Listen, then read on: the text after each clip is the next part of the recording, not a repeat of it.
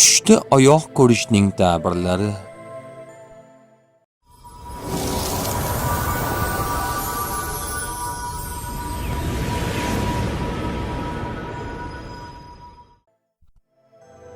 Hazrati Doniyol aytadilar: kimki bir oyog'i kesilganini yoki singanini ko'rsa, yarim moli ketishiga ishoradir.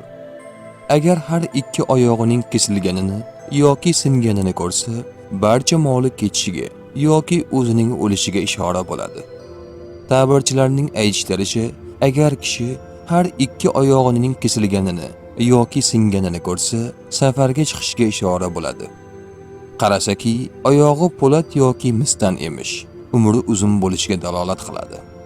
Agar oyog'ini shishadan ekanini ko'rsa, umri tez tugashi va moli sovurilishiga ishora. Chunki shisha boqiy emas, kuch kamdir. Oyog'i shol yoki illatli ekanini ko'rsa, holatining sust va zaif bo'lishiga ishoradir. Agar yaxshi odam oyog'ini shol bo'lganini ko'rsa, dinining ziyoda bo'lishiga ishora bo'ladi.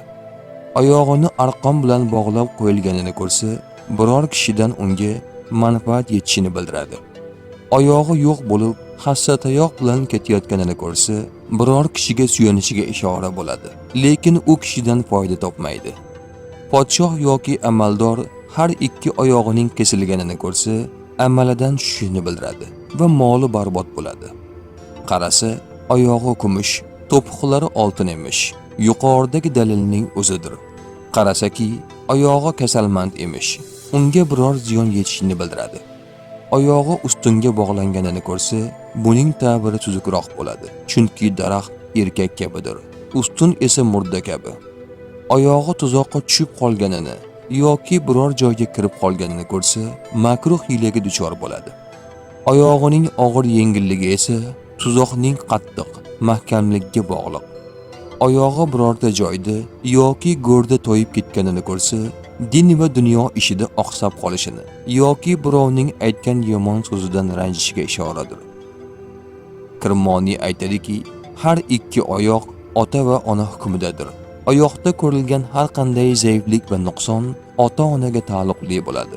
Oyoqlar ko'p ekanligini ko'rsa, safarga ketishga dalolat qiladi. Bordi-yu, kambag'al bo'lsa, boyga aylanadi. Jobir Mag'ribiyning aytishlaricha, oyog'i tuya yoki sigir oyog'iga o'xshaganini ko'rsa, quvvati va moli ziyoda bo'ladi. Oyog'i xuddi ot yoki eshak oyog'i kabiligini ko'rsa, quvvati va izzati ziyoda bo'lishiga dalolat qiladi. Oyog'ini darrandalar yoki vahshiy hayvonlar oyog'i kabi ko'rsa, haromdan biror narsa topadi. Oyog'ini qushlar panjasi kabi ko'rsa, kasbu maishatining kuchayishiga ishora bo'ladi. Dushman ustidan zafar topadi.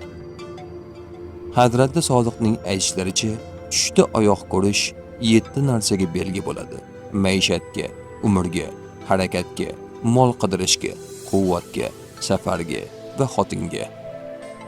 Tush ta'biri bashorat emas, barcha narsani bilguvchi yagona zot Allohdir.